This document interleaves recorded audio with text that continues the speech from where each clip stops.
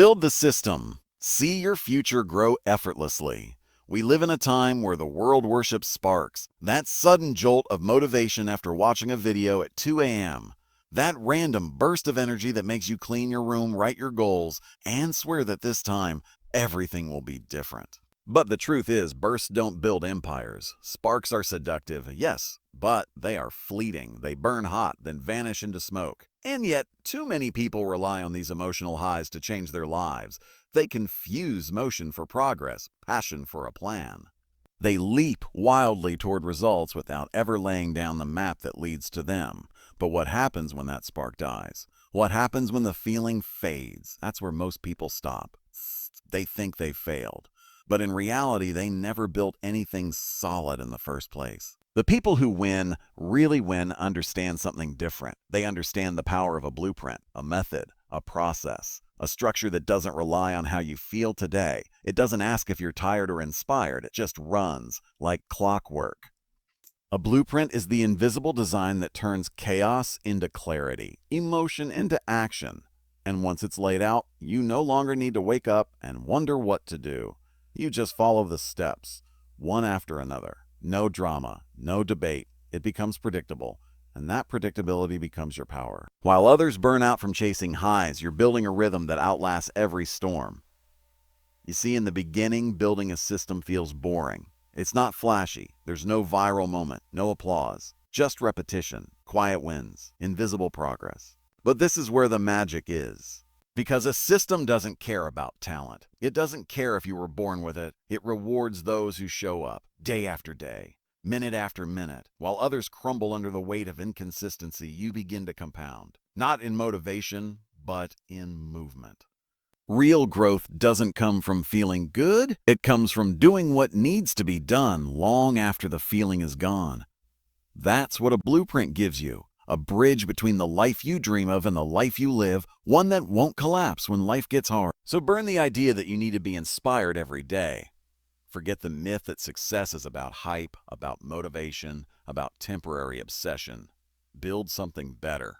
Build a system that survives emotion, that outlives distraction, that carries your dreams like a conveyor belt toward reality. Because here's the truth, carved into every achievement that ever mattered: freedom. It's the word we all chase, the lifestyle we romanticize.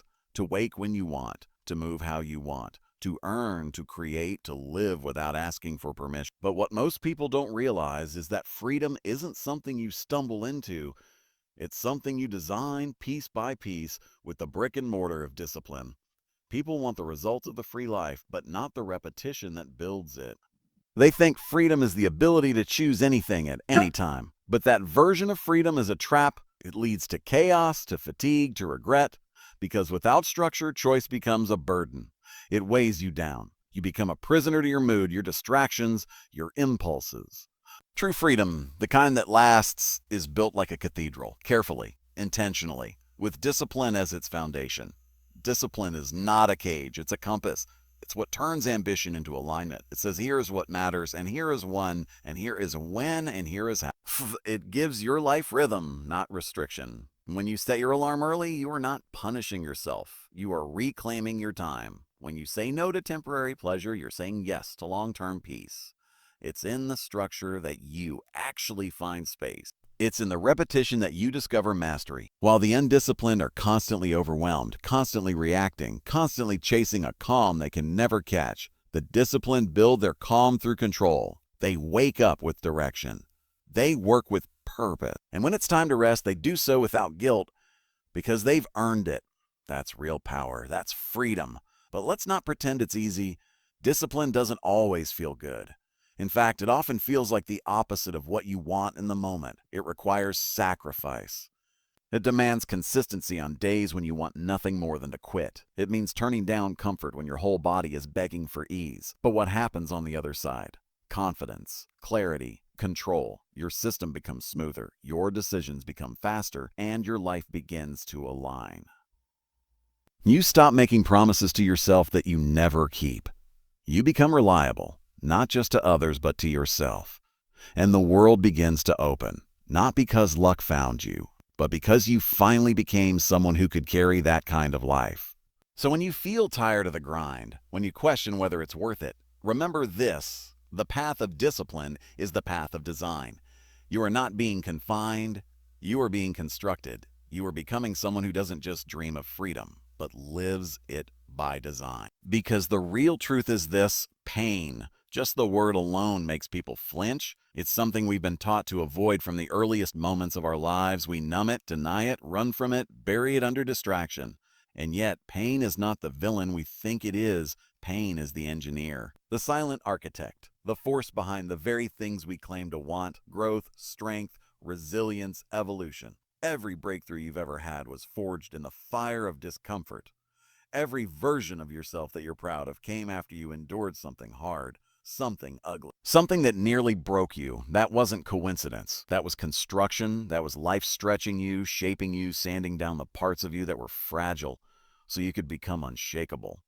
But here's the tragedy: most people turn around when it hurts. They misread the signals. They see pain as a message to stop, to quit, to retreat back to comfort. But pain is not a red light. It's a green light in disguise. It's telling you that something inside you is being built, that you've reached the edge of who you were and you're about to break through into who you're becoming. Think of it like lifting weights. The muscle doesn't grow in comfort. It tears, it screams, it burns. That's the process.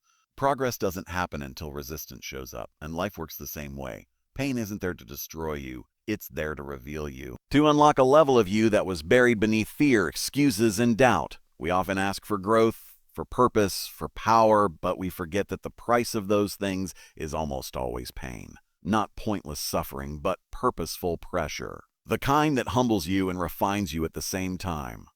The kind that forces you to slow down, look inward, and confront everything you've been avoiding. Pain has a way of quieting the noise and showing you what truly matters. It peels away the masks. It forces you to adapt, to rise, to stop pretending and start becoming. And once you've passed through it, once you've endured the weight and refused to break, you no longer fear life the same way. Because now you know you are stronger than the storm, and that kind of knowing, that kind of inner strength can never be taken away. So the next time it hurts, don't run. Don't retreat. Lean in. Listen. Because pain has something to teach you, something no comfort ever will. It is not your enemy. It is your engineer. And in its hands, your weaknesses will become weapons, your fears will become fuel, and your limits will become the very framework of your rise. Everyone talks about habits, morning routines, gym consistency, journaling, waking up at 5 a.m. And yes, habits are powerful, but they are only surface level if not anchored to something deeper, because you can force a habit for a while. But if the identity underneath it doesn't shift, the habit won't last. It will feel like a battle. You'll rely on willpower, on mood, on motivation. But motivation is a weak fuel. It fades when life gets heavy. Sooner or later, your actions always fall in line with the person you believe yourself to be. That means if deep down you still see yourself as lazy, undisciplined, unworthy, you will sabotage every habit that contradicts that belief. Not because you're weak, but because the system isn't broken, the identity is. It's not about doing something once. It's about becoming someone new. You don't just read a book, you become a reader. You don't just go to the gym, you become an athlete in your own way.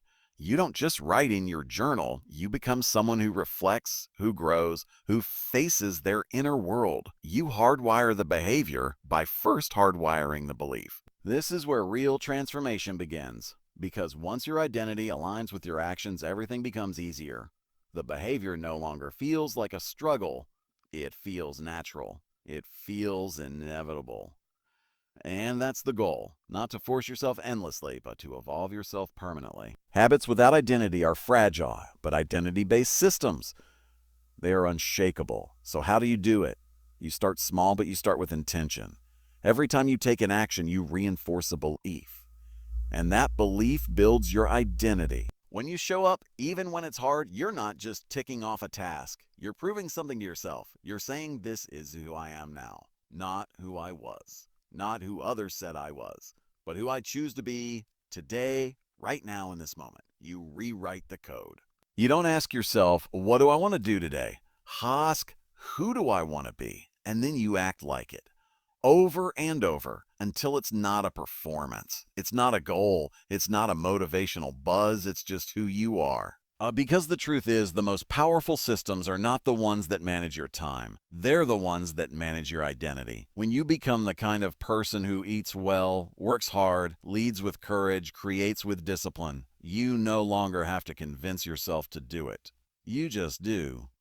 The friction disappears, the excuses fade, and the life you were chasing starts chasing you. Imagine this: you wake up in the morning and everything is in motion. Not chaos, not confusion, but momentum. You don't need to scramble. You don't need a plan from scratch. Your energy isn't wasted wondering what to do. It's already flowing because you've built a machine around your goals, a rhythm that doesn't just survive your off days, it absorbs them.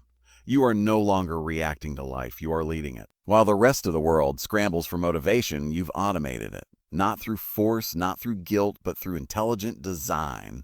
You are no longer a prisoner of willpower. You are the architect of consistency. And in that consistency, something extraordinary happens. Your vision begins to take shape without the constant struggle. It no longer feels like you're chasing something, because now it's chasing you. That's the gift of a system. It compounds, quietly, invisibly, day after day. It doesn't demand intensity, it demands loyalty.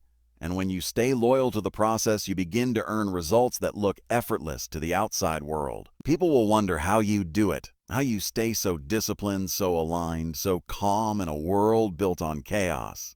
But what they won't see is the system behind the scenes, the design behind the ease. They won't see the mornings you showed up without applause, the repetitions you honored in silence, the structure you protected when no one was watching. You didn't just build a routine, you built a runway. And now the future is lifting off. Not because it magically worked out, but because you made it inevitable through action and alignment. There comes a time when the system you've built becomes self-sustaining. It's not just about you anymore. It's about momentum. The habits are now habits. The structure is now second nature. You no longer have to fight for every inch. The wheels are turning, the gears are grinding, the process has become a part of you. It serves you, it frees you, it creates space for you to think bigger, act bolder, and create beyond survival. That's when the extraordinary begins. That's when your life begins to multiply.